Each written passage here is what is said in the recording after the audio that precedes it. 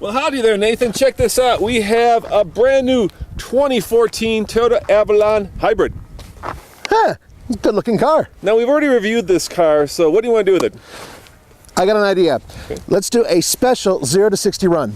Okay, what's special? It's just 0 to 60, dude. Yeah, but this has a sport mode, and I'm curious to see if in sport mode, if it's any quicker 0 to 60 than regular. So one run in regular, one run in sport mode. Who gets sport mode? Oh, I do, of course. No.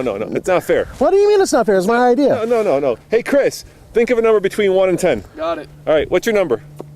7. All right, I'm going to say 2. What's your number, Chris? It was 8. Ah! All right. I'm betting it's going to be the same. Yeah, probably.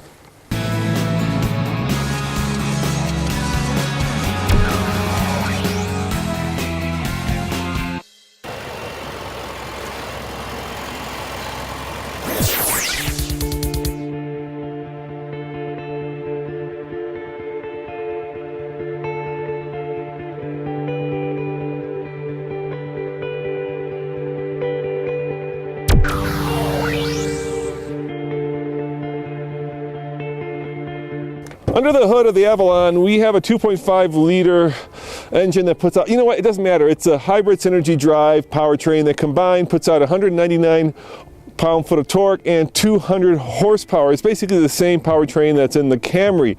What's exceptional about this large family sedan is that it gets 40 MPG combined. All right, 0 to 60 in non-sport mode. And I am gonna bet that it's gonna be identical to Nathan's. Right, Nathan? You never know. All right, we'll find out right now. Run. There is a mighty sight. So if we were at sea level, which you obviously were not, this should be going about 8.4 seconds from 0 to 60. I'm betting it's going to be a lot slower. And that's once again because we're at a mile above sea level, there's less air density, so there's less horsepower. There's also an electric drive with a battery that's half charged, and electricity, unlike the internal combustion engine, is not affected by air density, so that should give it a little bit of a boost, but it's only a small percentage, relatively small percentage of the power, combined power output of this vehicle. So we'll see. I'm betting it's going to be at least 9 seconds to 60, probably more like 10. Here we go, floored. Front wheel drive CVT. There's 40, it's holding the power, and there's 60. That was very surprising indeed.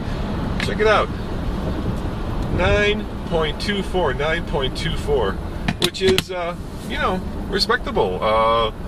And to be honest, usually I'm kind of whiny and whinging about the CVT, but in this car, because I think they've toned down the sound, they've tried to make it very quiet. It's not as drony as some other cars, so yeah, I could live with it. I'm sure that 40 MPG is a worthy trade-off for having a car that is comfortable, luxurious, big. And like I said to Nathan, if Lexus ever designed a Toyota, this is the one. Does it just blow your mind? Toyota has done a phenomenal job in updating an interior that used to be terribly boring. This is as good as any Lexus interior that I've seen, at least visually. Yeah, sure, there's just a couple spots where maybe it's a little, cheap, but in terms of overall stitching and materials and everything else, it certainly doesn't look like some sort of flyweight rental car. It looks like a proper luxury car. But these seats are not as comfortable as other Toyota seats. I think it's because they're lighter to make the car lighter or something, but really don't feel very comfortable on my tush.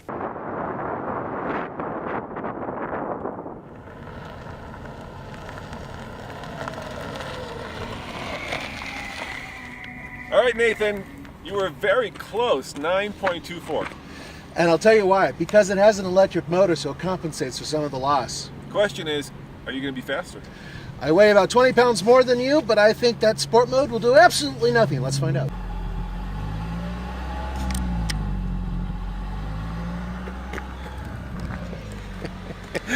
Nathan, you're being uncharacteristically gentle with that. My foot was all the way down. It's got power. No, you know what? It's a hybrid, and it electronically does not let you screw around with it. It's basically saying no. I'm going to go as light as possible for fuel economy purposes. All right, well, let's see how fast it goes in sport mode. We'll see. Hey, Nathan, that car really suits you. Shut up.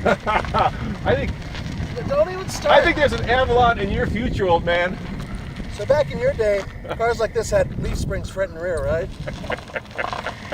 Swear to God. Oh yeah, nothing more drastic than a front-wheel drive burnout.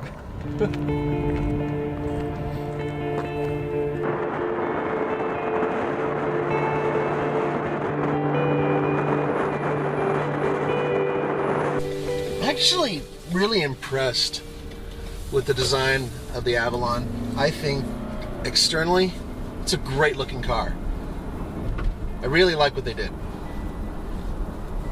Yeah, I don't like the seats very much. And it's weird because the other one has different feeling seats. I don't really know if that's specifically a lighter seat for the hybrid, or I don't know, maybe this is some lower trim, or maybe these are just new seats that they decided to experiment with, you know, on us. Maybe it's the fact that Roman has the lumbar set to Iron Maiden level, and I'm not referring to the band.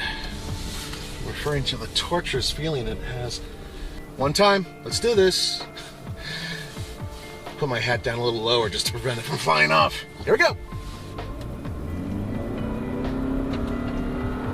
What's cool is when you switch it over to sport mode, it goes from the eco stuff, and it, I'll be different. It goes from eco to an RPM gauge, which is really neat, and it's in the center where you want to see it. So that's cool too. And I was faster than Roman. 9.19.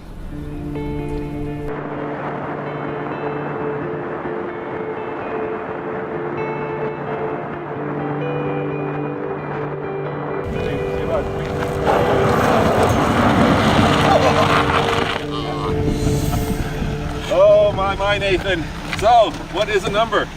9.19. There we go, 9.19. So you were basically 0.5, actually 0.05 of a second faster than me. I was faster than you, I'm heavier than you, so the sport mode works. It also holds the gear longer. Well, not the gear, but it holds the RPM longer. So I'm thinking that that's what it's really for, is a little bit more spark, a little bit more go. So next time you're in a drag race with like a Lincoln hybrid or maybe a Camry hybrid, put it in sport mode and you will kick their ass. You'll dust them, dude. As always, this is Roman. And Nathan. Thanks for watching, and see you next time. Ciao.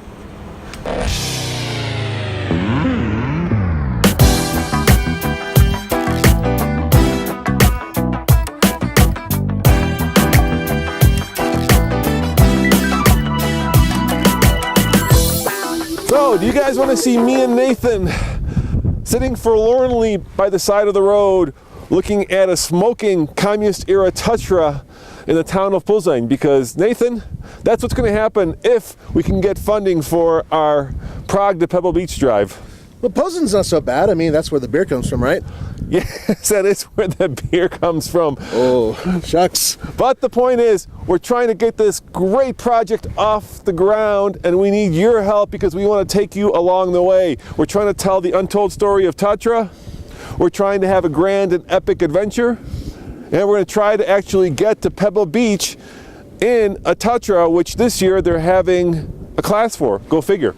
That's right, and if you guys do donate, you can be part of this. You can actually have some stuff put on the car, and if you donate enough, you can actually ride in the car. Yeah, and you could see us sitting by the side of the road wondering, what the heck were we thinking when we came up with this crazy idea? He came up with the idea. All right, Nathan, so if our fine and generous subscribers and viewers want to get involved in this, well, quite frankly, dubious adventure, how do they do that? You can go to tflcar.com and you can click on the link, which is right there, Prague to Pebble, or click right here. Click right there and help us achieve what we know will be an epic adventure. It certainly will be.